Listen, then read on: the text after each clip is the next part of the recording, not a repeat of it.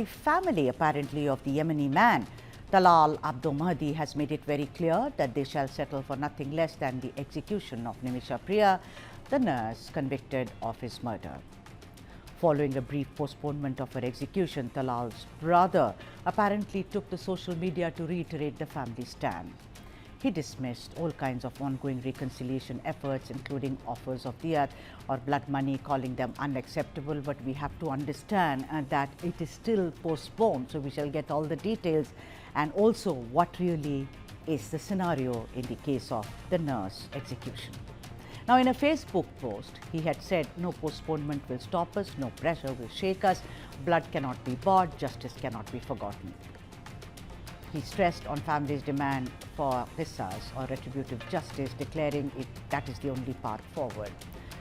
Nimisha Priya was sentenced to death in 2020 for the gruesome 2017 murder of her former Yemeni employer. She reportedly had dismembered and hid the body. All her appeals have since been exhausted. There is no Indian embassy which operates in Yemen due to the ongoing civil war, so New Delhi has been working through its mission in Saudi Arabia. Officials have confirmed regular communication has been maintained with jail and prosecution authorities in Sana'a, which is under Houthi control. Priya's mother had even travelled to Yemen last year to plead for mercy. However, the victim's family remains unmoved, or so it seems, accusing sections of the Indian media of falsely portraying the convict as a victim. On Monday, India's Attorney General told the Supreme Court that everything possible has been done and that the government had reached the limits of its diplomatic options. Despite the temporary stay, Nimisha Priya's life remains on edge, with the victim's family refusing to actually back down. Let's get all the latest details, considering there are multiple messaging which is coming through. And on the South Indian, on this show, on News9, it is our endeavor to get you what really is unfolding, and who better than Samuel Jerome, a Bhaskaran human rights activist who's been with this case right from it began. Let me now go across to him. Thank you so much, Samuel, for joining us on this broadcast. Like I said very, very clearly, that multiple messaging has happened. It seems like a bit of a setback, although it's been postponed. But like I said, you know, there has been a social media post, etc. But I want the correct picture from you, Samuel Jerome. Over to you. Thank you. Nimisha's execution was stayed, and if there was no intervention, if we hadn't gone to the government, Yemen government, she would have been executed today. And once again, I just want to thank the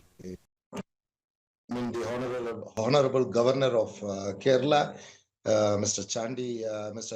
Chandi Oman, and our honorable prime minister, our honorable home minister, honorable minister of external affairs, the entire team of the embassy of India in Saudi Arabia, the local staff here in Sana'a, and our Sheikh Abdul Malik Nahya, without whom this wouldn't have been possible.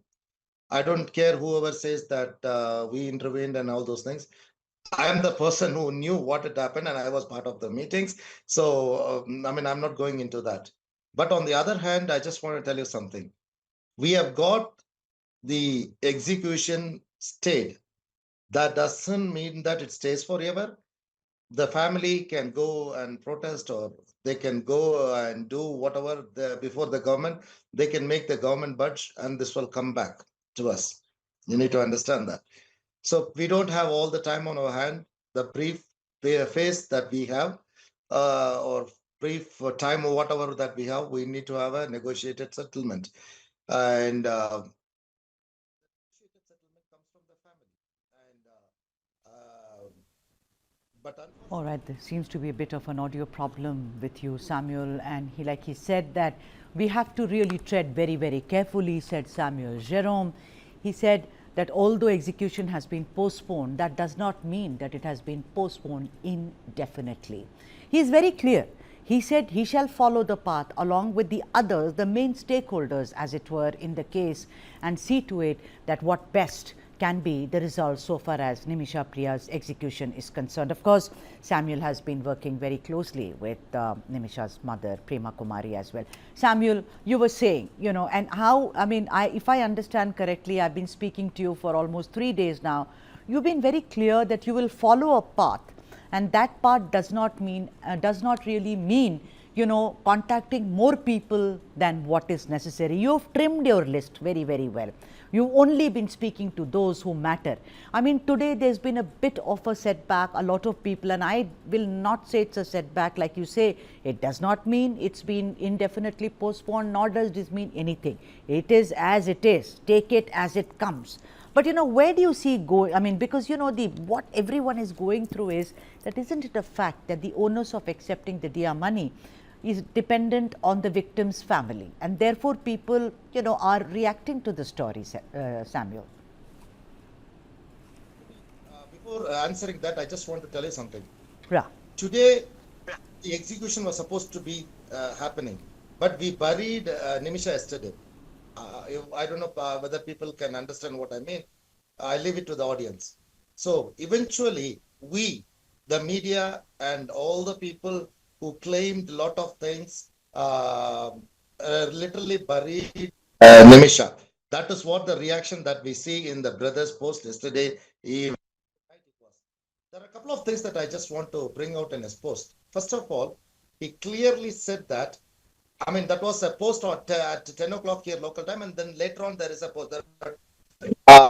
First post says that he did not have, that is night, yesterday night 10 o'clock our local time, India time 12:30. He says that he did not know, I mean, he is not aware of the extension. There are people who are claiming that they had been with him or been with his family for the past 2 days, that is yesterday and day before yesterday, and because of the interaction, they got the extension. Now this brother says he did not even know that there was an extension. So we have to understand that was a lie. And now this brother is asking for the execution. Now, how did the people also, the people who claimed that they intervened, they said they had discussions with the family, and that is how they were able to go and get the extension vacated. Now, the brother who is in the night asking, the previous night, is saying that he wants blood. I mean, he wants the execution to carry on. Will he ever given a consent for extension? Never. I knew this will happen this way. That is why I did not go to the family, because it affects the sentiment of the family. People have to understand. Now, moving forward,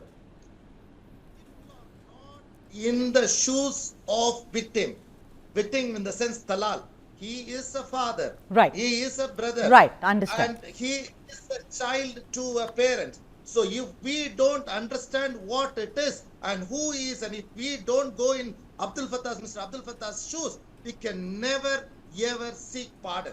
Yeah, absolutely. And everybody, I just want to tell you something. People are talking about Diya money. What is Diya money? Do you think that, I mean, like,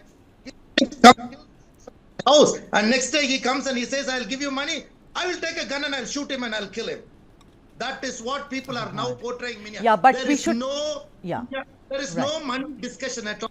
All right. So you say there is no money discussion, but you know, Samuel, before I let you go, all I want to say to you is that we'll keep the hope alive, because for all the efforts that you have made towards this case, I hope we get some kind of a positive response.